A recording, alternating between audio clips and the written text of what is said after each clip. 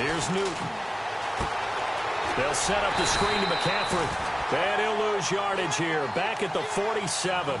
That's going to go as a loss of 2, and it'll be second down. Got to give some credit there defensively. They snuffed out that screen early on first down. Really read it well, didn't they? Because they didn't bring the pressure that they expected. They covered all the passing lanes. So once you see it break down as the passer, I think in this situation, you're either throwing it at the feet of your back to make sure no one picks it off, or you throw it away, throw it over the sideline. Don't try and freelance and try and make a bigger play. There's really no one else running a pattern that should... Oh, and it's intercepted. Picked off at the 15. And he's going to get this one to the 23-yard line. A costly mistake here in OT. And you know what they say, when you throw an interception like that in overtime, you don't usually get a chance to throw a second one. I mean, I'm not sure the analytics on it. Let's ask Marvin, our statistician, to ring that down for us. That's typically how coaches and teams feel about you. Throw one, you likely cost yourself the game. The defensive line disperses a little bit here, maybe expecting a pass. Now Carr, airing this one out for Evans. Oh, and it's intercepted. Picked off by T.J. McDonald. And he'll take it across midfield and down to the 48-yard line. So we will see yet another drive in this overtime. For whatever reason, neither team able to finish this game off. I know that the first thought is, does anyone really want to win it? But I think that they both desperately want to win it, and sometimes you force things, and that leads to errors. Well, it's out there for the taking. We'll see who can do it. Trying to shake off the interception from the last drive. He'll look to throw. Over the middle, complete to Samuel. 23 yards on the play. Right after the turnover, they come out throwing. And that means it's a sudden change situation. We used to practice it on defense. Sudden change, get out there, stop the offense.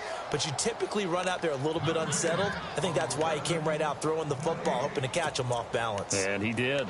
2 minutes to go here in overtime. We'll be back after this.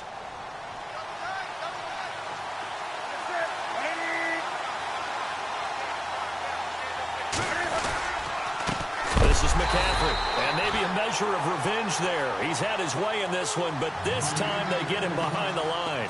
It'll wind up being a loss of 2, and that'll make it 2nd and 12.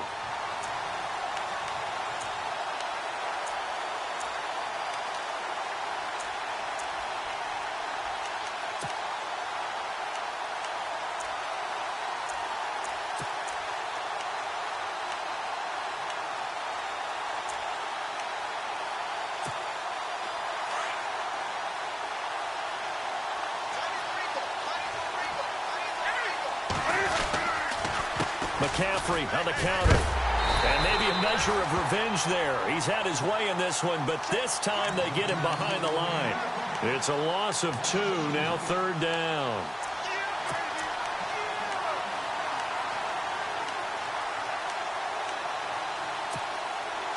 And the Bucs with an extra defender in the secondary now on 3rd down.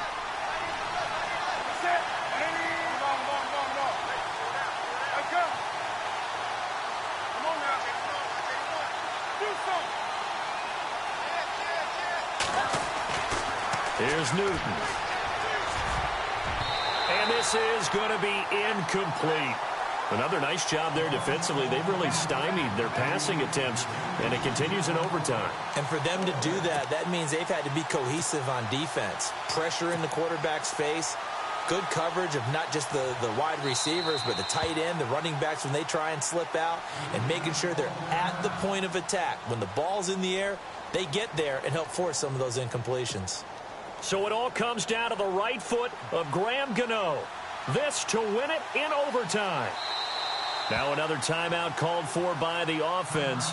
They'll be left with just 1 remaining here at OT. So it all comes down to the right foot of Graham Gano. This to win it in overtime.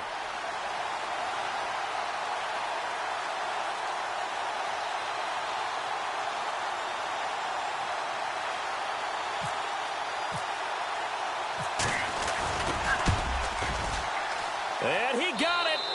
The kick is good.